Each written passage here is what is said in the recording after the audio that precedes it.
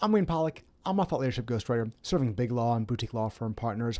I help these partners build their practices and their prominence one word at a time. If you want your written thought leadership today to actually be read by its target audiences, you've got to make sure it packs this 1, 2, 3 punch. People are way too busy today, as you probably know yourself. We are way too busy today to be reading all the content that comes to us, whether it's through email, whether it's through social media posts, or whether it's through us browsing on a website.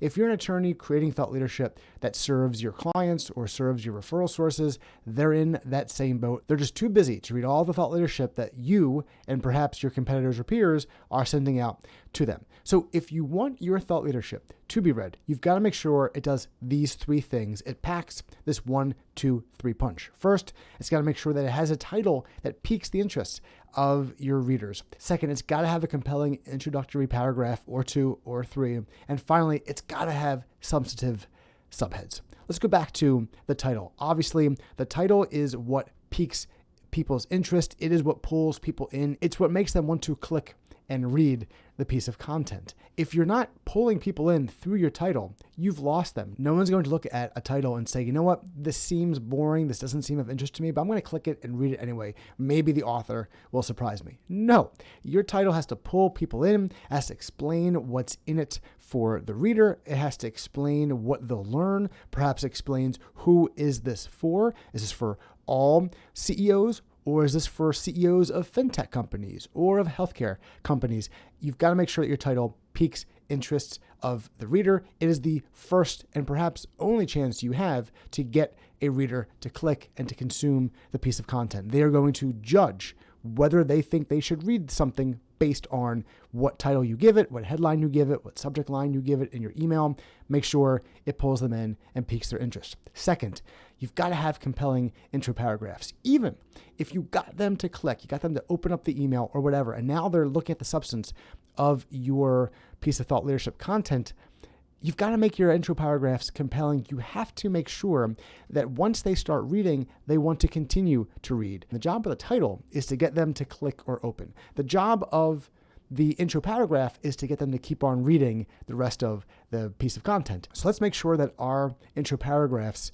make it seem like we are going to deliver on the promise of the title. We want to make sure that the reader knows within the first paragraph or 2 or 3, however long your introductory paragraphs are, this is what they're going to want to read. They're going to want to read this because maybe we struck a particular style or a particular tone, or perhaps we laid it out, what we're going to be explaining and why it's important to the reader. You've got to suck them in those intro paragraphs. If you don't win them over, they're not going to continue reading. They're going to click the exit button. They're going to hit delete. They're going to get out of whatever they're reading, and they are not going to consume all the content and develop a particular impression of you based on the thought leadership that you created. Finally, you've got to have substantive subheads. You and I do this all the time, and guess what? Your readers do it too. When they open up a document and they've gotten through the introductory paragraphs or 2, they're going to skim the article and they're going to look at the subheads to see, is this interesting? Do I want to keep on reading? Do I think this will have something in it for me?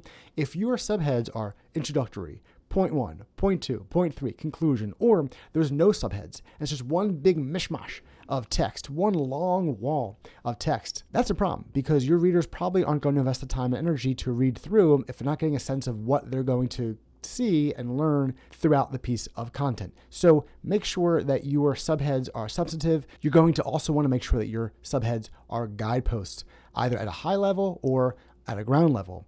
For certain types of content, such as 5 drawbacks, 5 best practices, 5 red flags, you're going to want to use your subheads to indicate those red flags or those best practices. And when your readers skim the piece of content, they will see what they are, and that will make them want to read it as opposed to not knowing what they are and just saying, this is too much for me, I'm going to skip it. On the other hand, if you're covering one thing, such as a recent court case or a recent piece of proposed legislation, you're going to want your subheads to break up the piece of thought leadership content so that your readers can see where you're going with it, and they can determine, wow, this is interesting, I'm going to keep on reading. So your subheads are summarizing what's coming up for the reader and hopefully holding their attention throughout the piece of thought leadership content. The target audiences of your thought leadership content, whether they are clients or referral sources, are just like you and me, super busy and probably too busy to read all of the thought leadership content that comes their way.